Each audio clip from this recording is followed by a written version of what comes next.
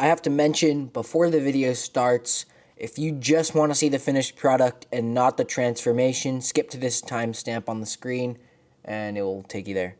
Hey, what's going on, guys? Do It Bros back with another video, and today I want to show you the transformation of my mini bike right here.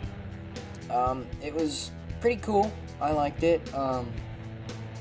It was a fun little process of completely rebuilding the thing and painting it. That's kind of a little spoiler, but I'm doing something different today. I'm going to do a slideshow first, and then I'll do the after in video. Here's how it looked before. It was red, and it had kind of a broken throttle, and it was just kind of in rough shape.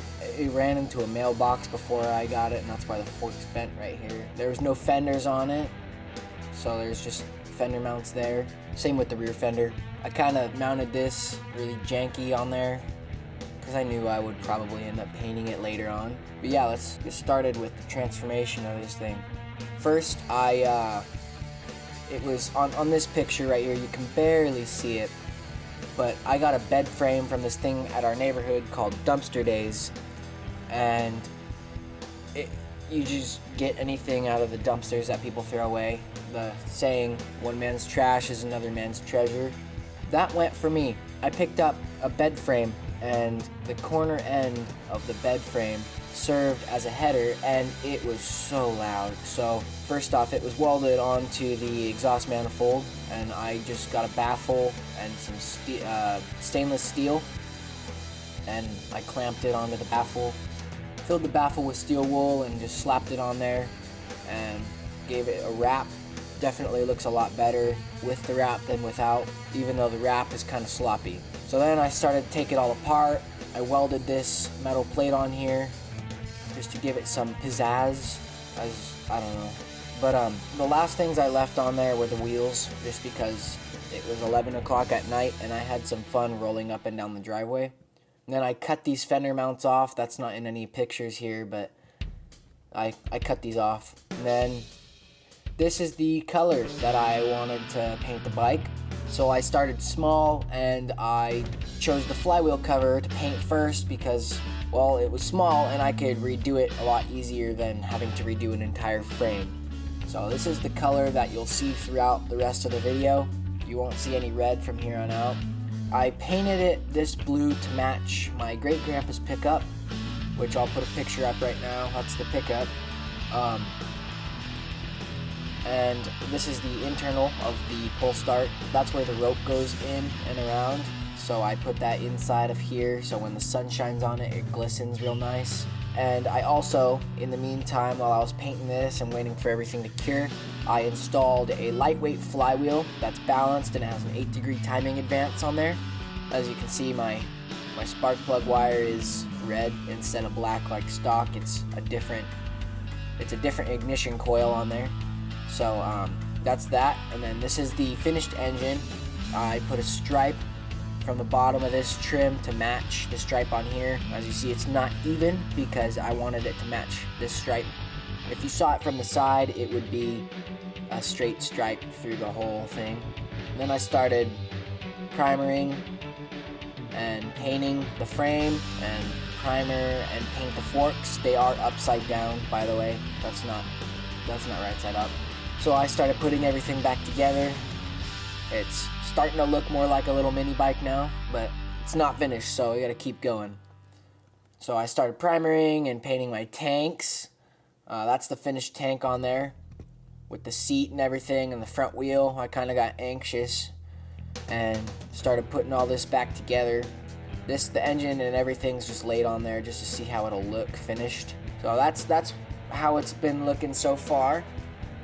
Then I took the engine back off, cracked it open, and this arm, this washer, and there's another washer. There's 3 washers that you have to take out, and take out the skier and arm just to make it look like that. And that was the governor. I take the governor out, and this hole I did fill in with a Loctite bolt with a rubber O-ring, so there's no oil leakage. That is the governor components right there taken out.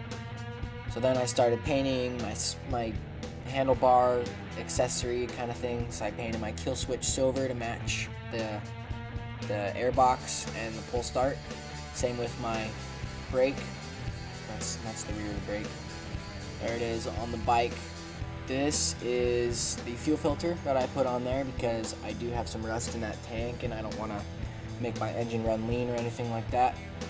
And I'm already getting to the time where I have to replace it. I'm probably gonna take that tank off, shake it in with some rocks and drain it out and spray it with some rust stopping spray paint inside the tank.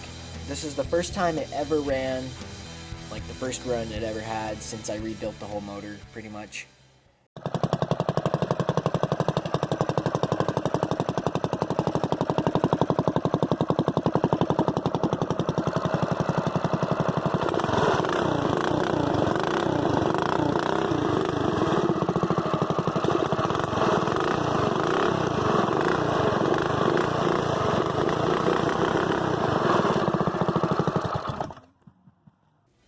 And it got to Christmas Day. Merry Christmas to me.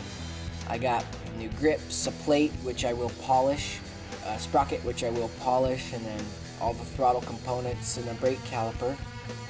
And then this plate does have a built-in return arm, so that was pretty much the main reason why I bought it, because I needed something for a return arm so I can have spring back and the throttle won't stick. So that is the plate installed. That's the return arm. There's my janky setup to hold the throttle cable in place. There's the throttle, nothing much, just the throttle.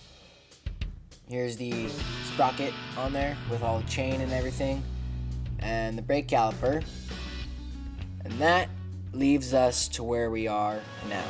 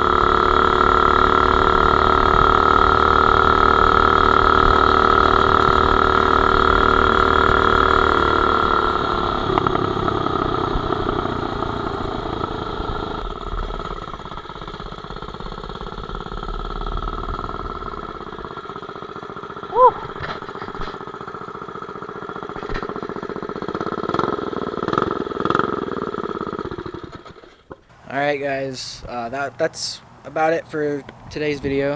I hope you liked it. Sorry I didn't get a lot of clips of me driving down the road. It was just me today, so those are the only 2 clips I really got. But there will be more coming soon. I hope you liked it. Please like, please share, please subscribe. And we'll see you when you watch the videos. Peace out.